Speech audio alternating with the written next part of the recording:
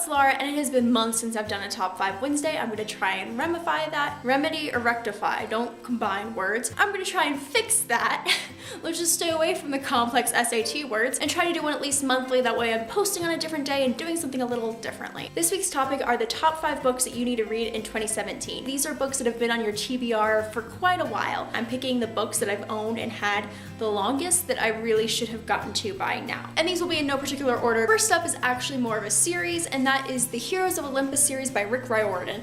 These books came out in 2010, so it's been 6-7 years, and I still haven't read them all. I finally own them all, but I do need a reread of Percy Jackson and the Olympian series before I jump into this one, because then I know Trials of Apollo's next, and I don't want to get behind. It stresses me out. I've been spoiled on some things, but some things I haven't been spoiled on, so I might as well get around to it before I get fully spoiled. Like, I know there's a cliff. I know about the cliff thing. The next book is The Time Traveler's Wife by Audrey Niffinger. I've actually read another of her books, or Her Fearful Symmetry, back in 2011, and so I really should have read her most popular one first, or also, but I've heard about this book at least since 2008 when one of my friends was reading it and the movie was coming out that year or the year after. Next is A Feast for Crows by George R.R. Martin. I read the first book back in 2011, and it's taken me about a year for each book.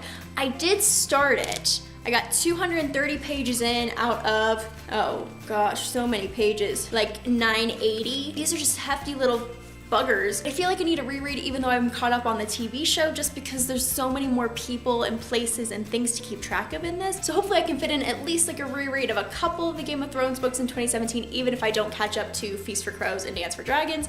I hope to get myself back into this world because high fantasy is my bae. But the problem is, one of my best friends told me that this is her least favorite book and that she hated reading it, and so every time I pick it up, I'm just like, eh. Next up is the Lord of the Rings series by J.R.R. Tolkien, because I first heard about this book in 5th grade, but somebody did a really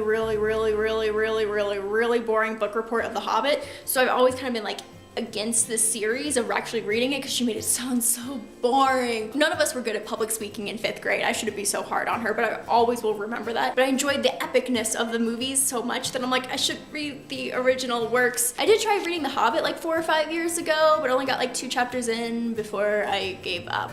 So I need to be more persistent and have more stamina and finish some books. And lastly is The Age of Innocence by Edith Wharton. Now for this one, I could have picked really any classic book that I've had on my shelf for 4 or 5 years, but I picked this one because I watched Gossip Girl and they did a play of this book. That's what inspired me to buy this book and want to read it. So I've had it for a while, and it just needs to happen. I really enjoyed Ethan Frome, and this one seems a lot more like high class, kind of more like Great Gatsby meets Ethan Frome meets despair meets angst. So hopefully I'll fill up 2017 with a couple more classics and get those off my shelves. Those are just some of the books I want to finally get around to reading in 2017. You should comment down below with the book that's been on your TBR shelf, whether physical or on Goodreads, the longest, and why you haven't read it, what's keeping you from reading that. My name is Laura, this has been Bookies and Cookies. I post videos on Sundays and Thursdays and Wednesdays when it's Top 5 Wednesday. I love each and every one of you, and I hope you never ever forget that you are loved, and remember not to agonize over the size of your TBR. Thanks y'all, compared to the movie. TV show. I know what's up, but to read them extreme reading. Fun fact, in case I didn't mention this in my warning signs for bad books and bad dates, on that bad day, I listed off all 12 of the main Greek gods and goddesses that I mostly know from this series and from the Greek mythology classes I took in high school and college. So, I'm a nerd. It's cool. Date me. Somehow this became my personal ad for like Match.com. If you enjoy crying over books and talking about Greek gods and goddesses, this gal's for you. Don't do that.